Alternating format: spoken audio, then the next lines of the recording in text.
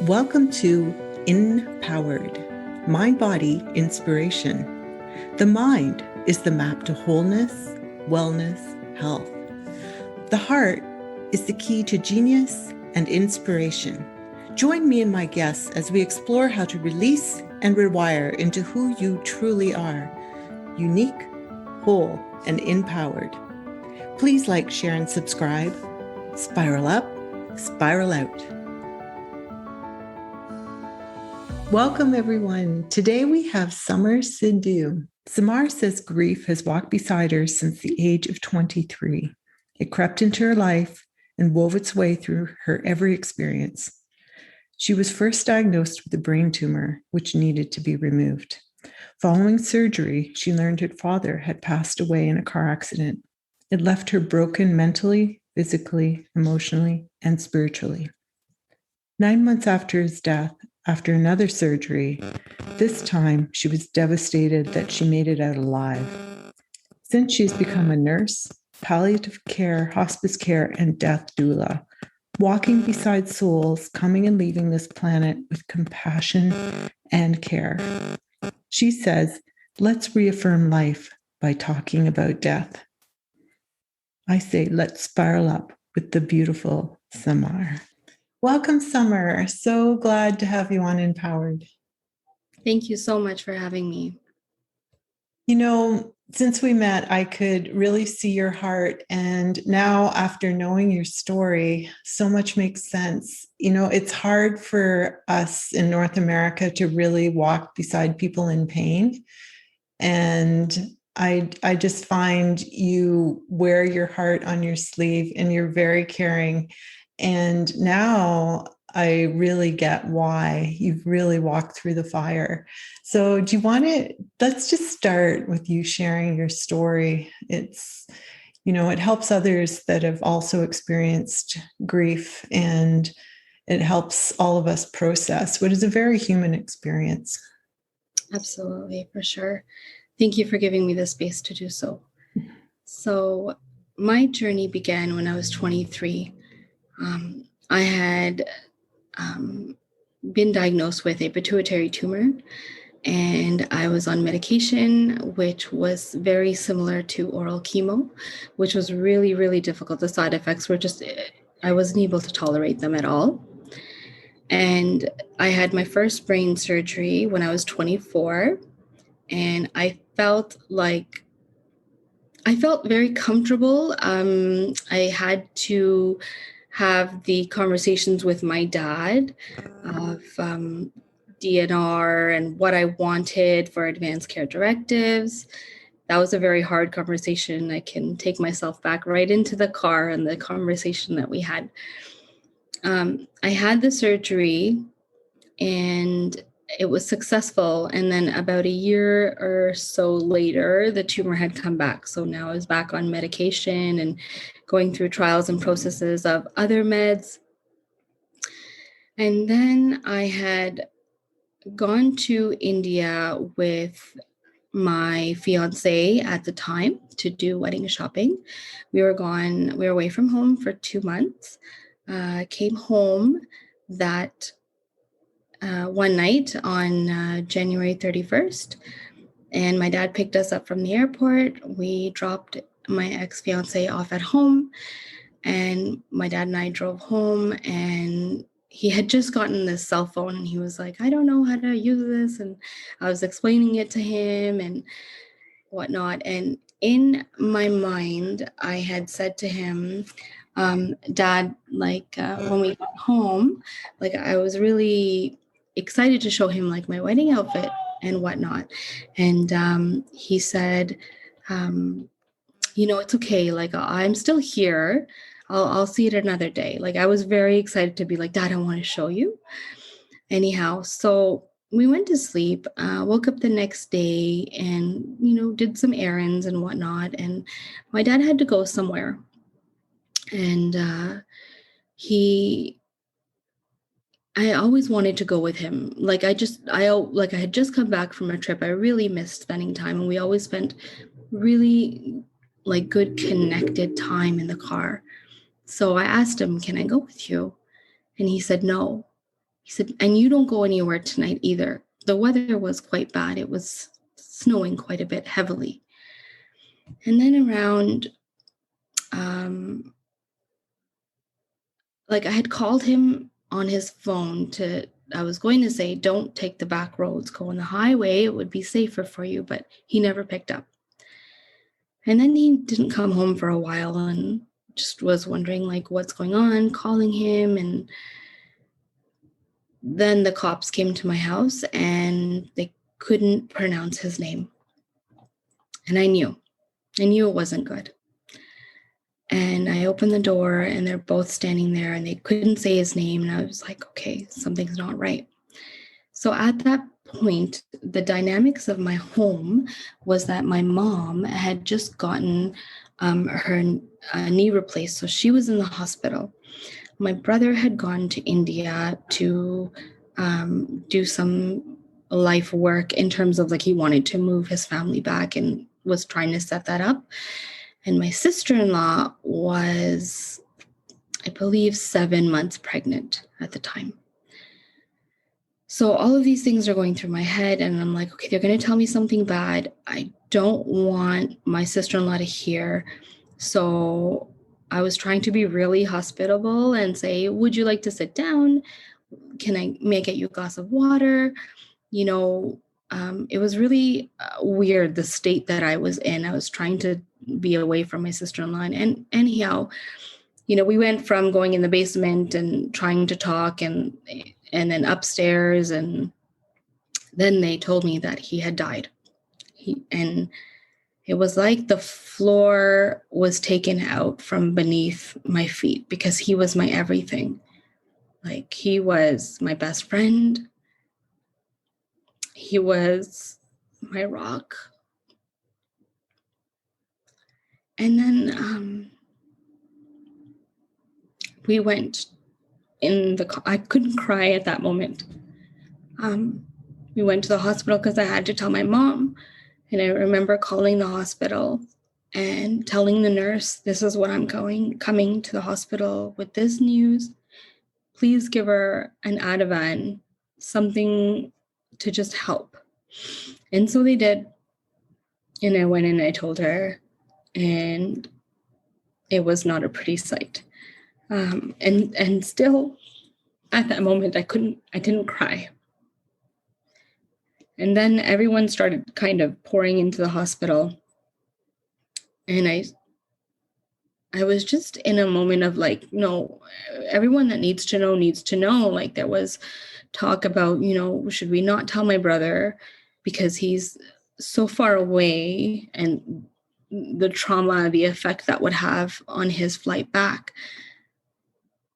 But it was within me, no, he needs to know the truth and this is what it is. And everything just needs to flow organically. And so I told him and I told my sister. And then things kind of just unraveled from that point. I went home. I don't even remember if I went home. It was very hard being in that hospital because I used to volunteer there. And I knew where everything was. I knew where the morgue was. And I knew that they were bringing his body there. And my friends had to really restrain me from just going in that direction. And it was really, really difficult. So here I was at a point in my life where I had no idea what was going on. My world just broke.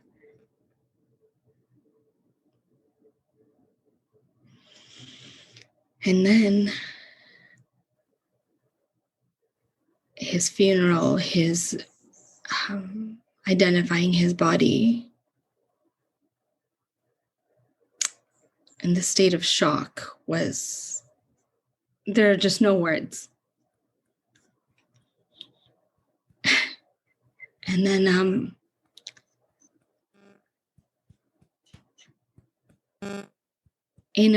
so he died in February. And in July, I tried to commit suicide. I ended up in the hospital. And I was scheduled to be married in August to my ex-husband. And even that was just a whirlwind of emotions and just kind of going through things. And just because my relationship with my mother and my brother was very much broken, estranged, heavy. So I felt like getting married was the only way to break free and from them, because I felt like, who's going to have my back now? And naturally, I thought getting married would help me. That was a whole other story. And so anyhow, I got married, and then I got married, I got divorced. And then I met my current husband on an Indian matrimonial site, and we Skyped for 6 months. He was in India, I was here, and it was the perfect friendship relationship for me because I had someone to speak to morning and night, and we really connected. And oh, sorry, I have to go back. I had my second brain surgery the same year that Dad passed away, in 2008 in November. And that's kind of what led to very concrete decisions of, I am going to divorce my husband at that time. Because the events that took place just were so painful and hurtful that I just could not. I realized that this was not for me. So sorry. And when I had that surgery, I kid you not, I wished I didn't wake up. I woke up and I was angry. Why am I still alive? Like, this wasn't supposed to, I'm not supposed to be here. Like, I don't want to be here. So for going forward, my husband and I, we Skyped, we decided that we were going to marry each other. And I went to India and I met him at the airport in Delhi. And lo and behold, he had my name tattooed on his arm. Huge. Not even like a small tattoo, but like his whole arm. So we got married 15 days later. And now we've been married for 10 years. And we have 2 beautiful children who have joined our life journey. And this has all brought me to working at the hospital. I started working in palliative care, which was really, yes, I was there for the patients, but that was put into my life path for me because I needed those experiences to heal myself, to really face Dad's death, to really face everything. Now, what's really beautiful is that when I started working at the hospice, it was brand new. And in our orientation, we were asked to stay in the bedrooms where the patients would eventually be. So we were allowed to stay there, experience what it's like to sleep in a hospital bed, experience what it's like to be alone. So that was really good. That was beautiful. And the experiences in the hospice were, how do I say, they were like life transforming, because in the midst of so much death is where love really lives. It just, there's no other way. You see death every day, sometimes 2-3 times a day. And it's like, okay, I understand. And that kind of is what started me on my healing journey. And then from there, then I had my daughter. Samar, is there an experience that you had where you really felt love even amidst the death? And, you learned to walk beside people that were transforming from body to spirit. Do you have a special memory you could share? Absolutely. And so we had a patient who was a nurse, and she had ovarian cancer, and she had tried to kill herself by taking some morphine. And she woke up and she was like, "Why am I still here?" And then she stabbed herself in the chest, and her husband found her in the kitchen. And then she went to the hospital, and then she eventually came to us. So that was her story. And talking to her was really that she was such a beautiful human. And I almost felt like I saw my parts of me within her, because she was married. I think there was some infidelity in the relationship, but she kind of just kept going because that's all she knew how to do. And when she got diagnosed, she talked about going on a Europe trip and how amazing it was, and how much it was such the greatest time in her life. And her death and the connections with every single patient there really just made me fall deeper and deeper into love with others.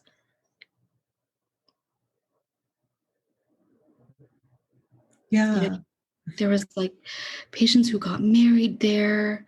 There were patients who had young children and their stories. It's just like there's so much that we just don't know. And we, as a society, are so trained and embezzled in this life of complaining about the small things, the weather, this or that, or this person didn't do this, or playing that victim card, when really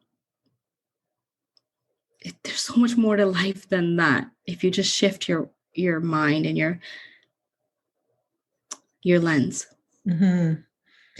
Yeah. So these experiences, when you feel that kind of love, you know that there's more than a physical experience.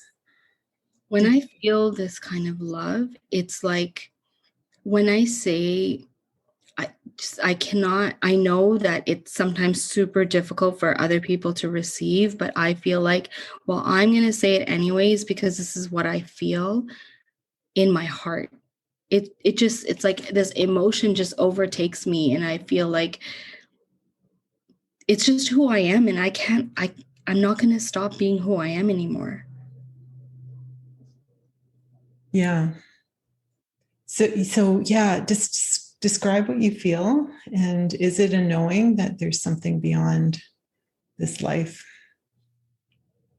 Absolutely. With Dad's death and all of the signs and ways that he's communicated with me and doing death work and walking alongside, there's so much more. Like, yes, there is life, but there's also life and living this legacy now. How can I make my life mean something in this moment? And for me, that's living and walking in love. Mind you, that doesn't mean that I don't have relationships with people that I can't stand, because that is real and authentic, and that's so true. It lives in me too. Yeah, and it's part of life as well, isn't it? Yeah. So these early experiences and so much pain led you to be who you are. And when did you become a death doula? What was So that? Like, that is like incredible, because what does the word doula mean? yes, it's holding your hand through your transition, right? Yeah. In life or in death, like where we are very accustomed to midwives and birthing doulas, but what about the other side? What about the full circle of life, right? So I had a Reiki session with my Reiki practitioner. And after this session, and she had been telling me for a long time, like, you need to do death work. Like this, you need to do it.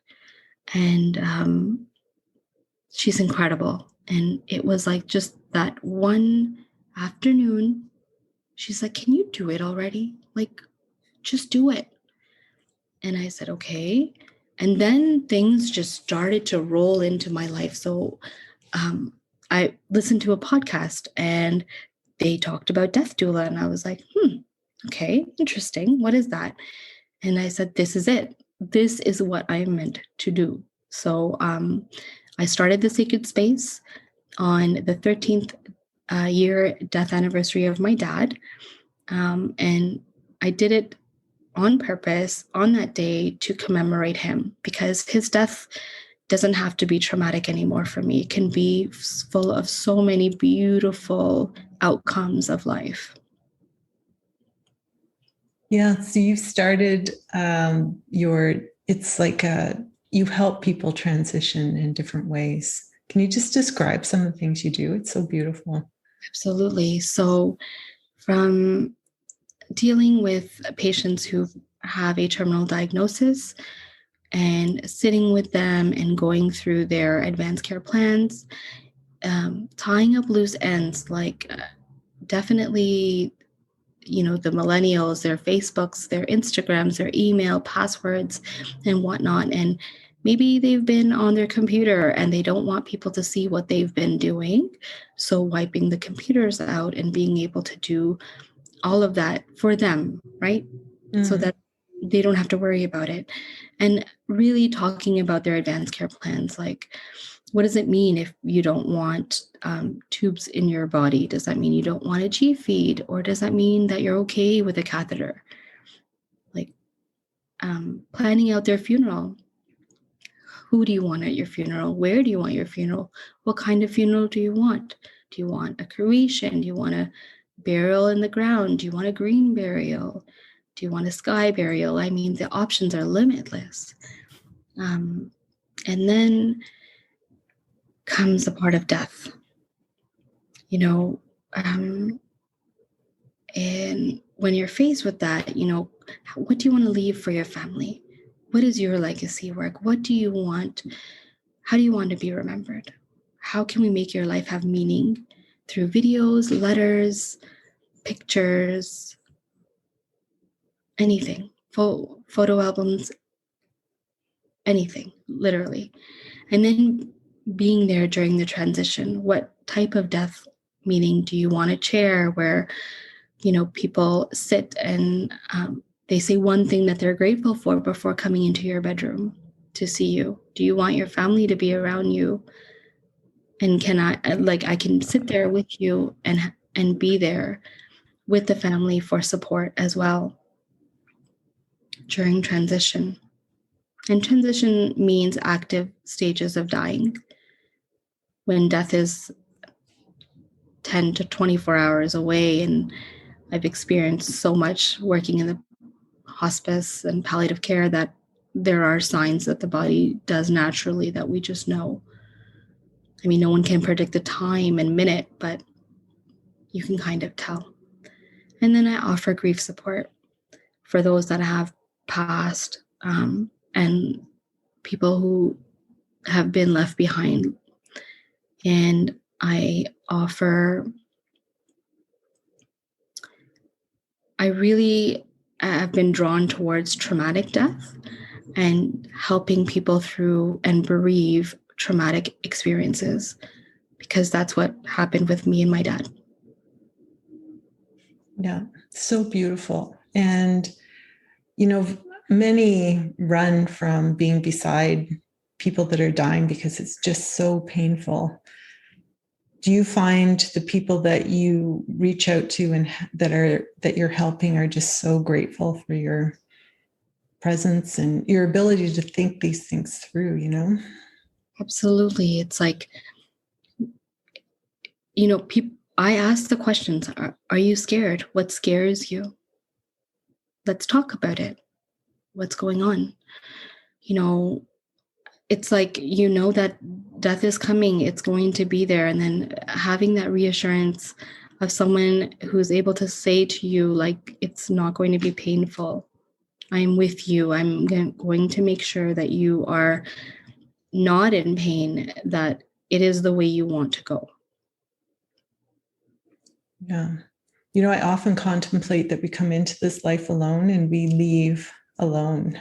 Oh my gosh, can I tell you that from when my teenage years, I used to love to write. And that is exactly the same quote that I wrote and I printed out and put it on my bedroom wall for years. Wow. So it's like this was in your life path since you were small, really. It was just there and I didn't even know. Yeah. And then you see the gift that your father gave you because it was part of your learning to become what you are today. For sure. I mean, he had to die. It is the way that life had to pan out. And I can say that he's not in pain, and I am grateful for that. I am so grateful for being able to still live a life with him in it. And what that means is my children are very well versed in who he is and what he means to me. Ever since when he did pass away, I made a vow. I said, I will do something to commemorate you every year. And I have. I am a Sikh. So at the Gurdwara, which is our temple, every year I do a special program for him, just for him, on his death anniversary. Children are a part of it. So incredible. So Samar, what are some of the biggest fears we have when we know we only have a few hours to live? What have you heard? I think it's just the fear of the unknown. We really don't know where we're going. We don't know where we're going. There's a lot of, am I going to be in pain? Who's going to meet me on the other side?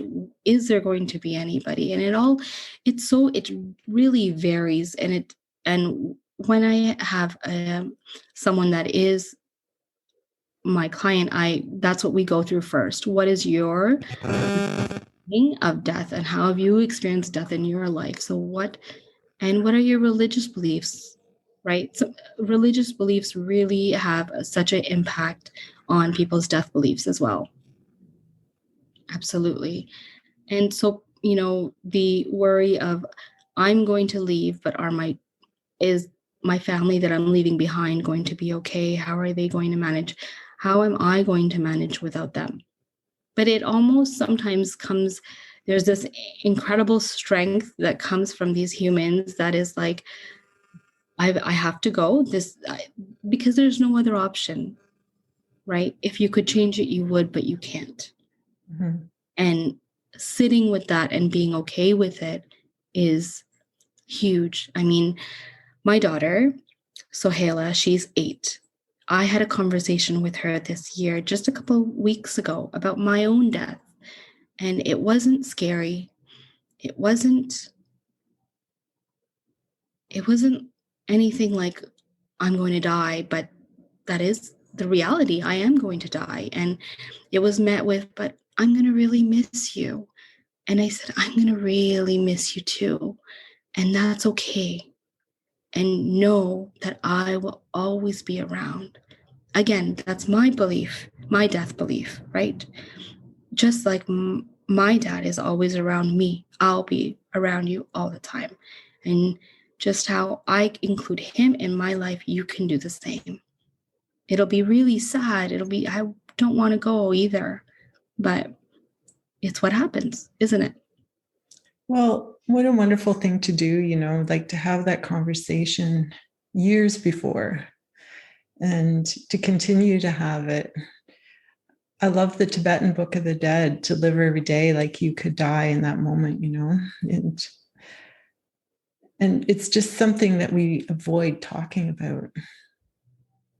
And often I find that once people do pass away, it's the families that really start to contemplate at that point their own lives and what they value and start to live it up a notch, if that makes sense. Mm-hmm. The awareness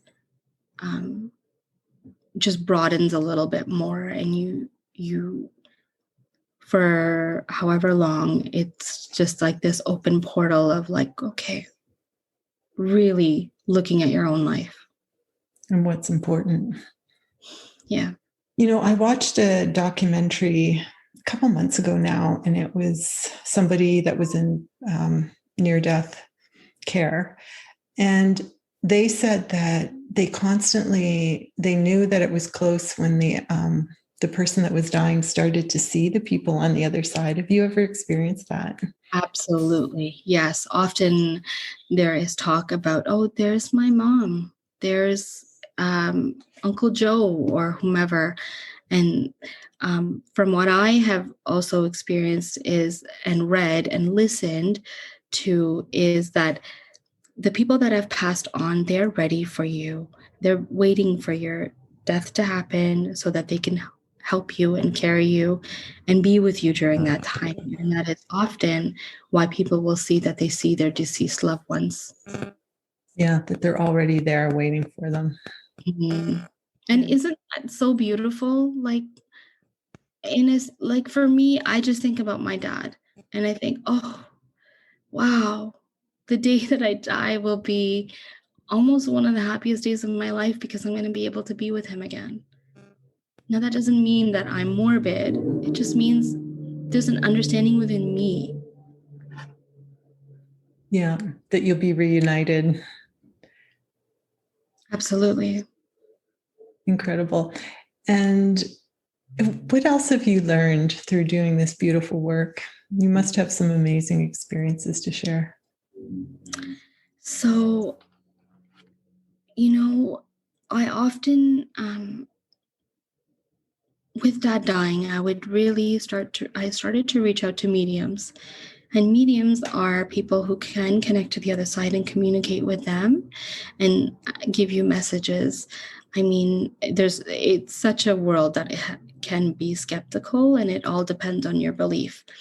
Now, what I will say is that from all of the mediums that I've gone to, there is one that really resonates with me, and I'll only go to her. Now, she really helped me. We had a medium session, and in that session, like whoever wants to come through, spirit comes through, and it was that nurse that came through, the one that I spoke about earlier. And she said, I just want to thank you for making my dying experience as good as it could be. And I was floored because I knew exactly who she was. And that's why I feel comfortable talking about her and her experience, because I feel like there's a connection and I'm able to do that and honor her in her story. And during that session also came forward is the concept of forgiveness. This was huge for me. So when I was younger, my brother molested me, and I carried that sexual abuse with me for so long, and it transitioned into shoving it underneath the rug because Dad died and I had to make everything normal, to I hate you, I don't ever want to see you, to a point where I can't live with this hate in my heart anymore because it doesn't leave room for other good things to come my way, because your heart only has so much room, right? So I did a forgiveness meditation, which really helped ground me.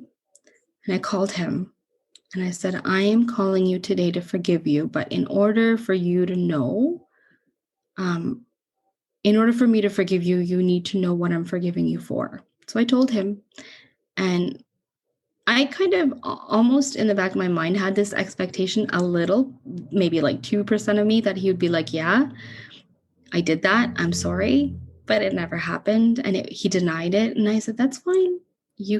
That's fine. If that's a story you tell yourself, that's okay. I'm not doing this for you. I'm doing this for me. And so it is. And I let it be. And for me, that was so huge, because I was able to let go. I was just able to not hold on to that hurt anymore. Right? Because you're right. There's only room in your heart for either pain and anger and fear emotions or love. And so you have to let go of that in order to reside in love most of the time, which is what we all have to choose at one point. And then becoming a parent is like, that's where I want my children to live in, right? It's not fair to them to have my trauma and baggage be triggered all the time. And then it's just not right. And that's where my therapy began, because when Sohaila was a year old, I noticed I would have fits of rage, like really angry. And the self-reflection, it felt awful to be in that state. The self-reflection of like, this is not me. This is not the type of mom I am. So it led me to seeking out therapy. And that therapy really just started my journey on healing on those aspects of my life, the abuse, it was really, that's where that healing began. Yeah, which frees you to be the beautiful soul that you are. And as we're humans, it's pretty hard to come into this life and be free of all misfortune, abuse, difficult circumstances, and we carry it forward into our adult lives, even if we consciously try to bump it out or sweep it under. It's still there until you deal with it, isn't it? Yes. And it's so important not to give it to your children. Yes, because they deserve better. And it's like through one of my Reiki sessions, there was this concept of empowerment and breaking the ancestral lineage that comes with me, because I have the power to change that. So why not? Right? Yeah, because we bring it from our grandparents, our parents into our lives, and then we can, unless we break it, hand it to our children. I was very aware of that when mine were little too. And I found I could cure their cough by giving them my remedy or whatever illness they were going through, because I knew it was my stuff they were dealing with, not theirs. And no one should feel guilty about it. It's just part of being here on this planet, but to be aware of it is the important thing. Absolutely. And yes, for sure. So what incredible, beautiful things you do for people on the daily. And it takes, how do you muster? Do you just go into your heart to be with them each time? Do you ever find it difficult? I do. I am a death doula that cries too, because I have helped and walked beside people who have experienced traumatic death.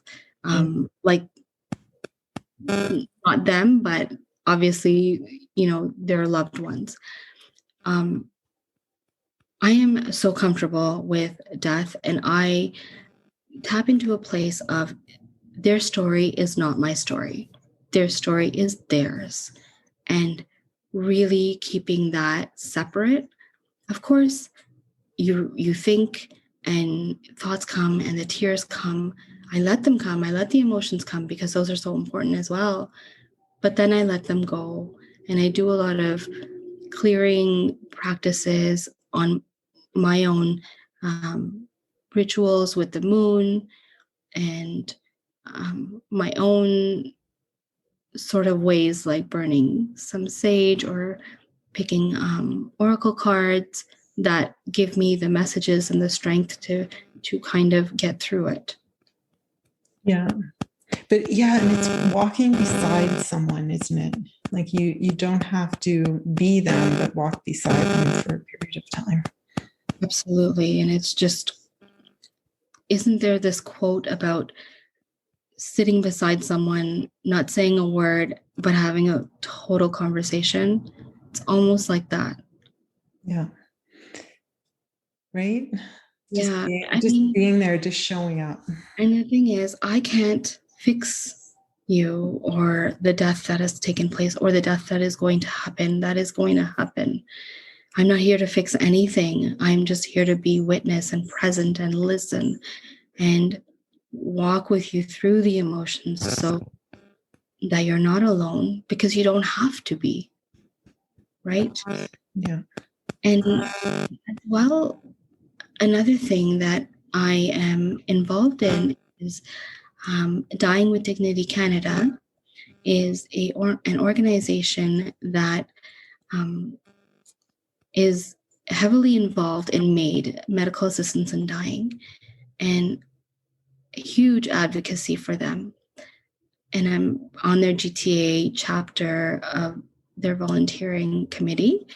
And I'm so excited to be there. And we're on a project, which is going to be incredible. But, also in that, like, death doesn't have to be painful. It doesn't have to be how we have been told. There are so many other options. There's hospice, there's dying at home, and then there's also MAID. Why you don't have to go through the end stages of your illness you don't have to suffer like that. There are options. Mm-hmm. Yeah, beautiful. Samar, did you ever have any direct messages from your father? Oh my God, so many. I find that is, going to mediums is when people are in deep grief, they just want a message that everything's okay. What did you receive? Always that he's around me. Always. He's always around me. He loves me so much. He misses my presence. He puts, now this is a feeling, this is not a message from him, that he puts things in my way to make me learn. And he had this full ability to always, when he spoke with me, like when we connected, it was always like, if I did something wrong as in my access, he had this way of like, okay, so this happened, this is how I feel, how do you feel, don't ever hurt anyone intentionally. So I really like hearing those messages. And then things just happen. Like, for example, in the wintertime, one day I went to the bank, and as in my rear view mirror, the side one, when I looked back, there was an upside down heart, right? The day that my husband had to go for his Canadian citizenship oath, landed on my dad's death anniversary. Like, how does that happen? Yeah. Right? So in that message was, my death doesn't have to be about you reliving the trauma year after year. It doesn't have to be sad. Yes, you're sad. You miss me. I get it. I understand. But there is more to life. There is more that resides there on that day. Be happy. It's okay. Right? Yeah. And I know that I just know I'm taken care of for the rest of my breaths in my life. I have this innate knowing that I'm going to be okay. Yeah. And, there are cultures that see death as a celebration. Have you ever got close to seeing it that way? No.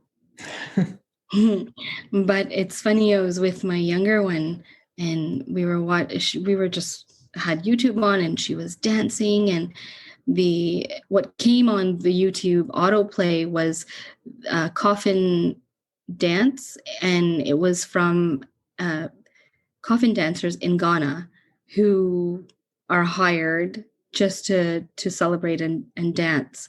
So the possibilities are endless. I mean, my death, I definitely have thought a lot about, and it is going to be what it is, but I want there to be happiness somehow. Yeah.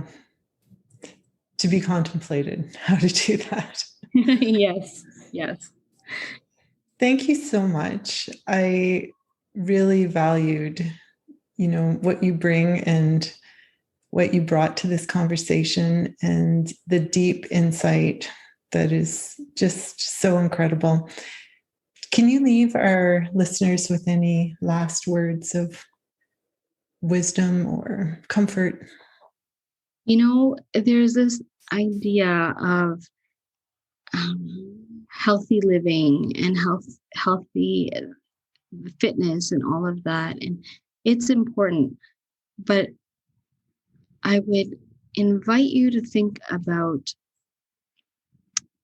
reverence for your existence, and that being separate from healthy living, in essence of reverence for my existence, my soul, my life, my purpose, my connections, my conversations, and keep and vibrating with that energy and going through your day-to-day life, and how that and where does that sit for you, and how does that feel? Often, people will ask you, how are you? I answer, so good. If I really am so good, I'll say it because it's true. Yeah. And have to look like, okay. What do you mean? And hey, if I am so good, I am, and I feel it, and that's where I want to vibrate at. Yeah. But living in deep reverence of the miracle that you are, and and your unique place in this web of life. Exactly. So beautiful. What a wonderful message. Thank you. Thank you so much. Thank you so much for this time with me. I'm so grateful. So grateful. I'm honored to be here with you. This will definitely go in the books of my history life of something that really, really meant a lot to me. A lot. I loved our time together, and your story will help so many. Thank you, sweetheart. Thank you so much. And for everyone out there, don't forget, don't give away your power to anyone else. Be the creator of your own life. Spiral up, spiral out.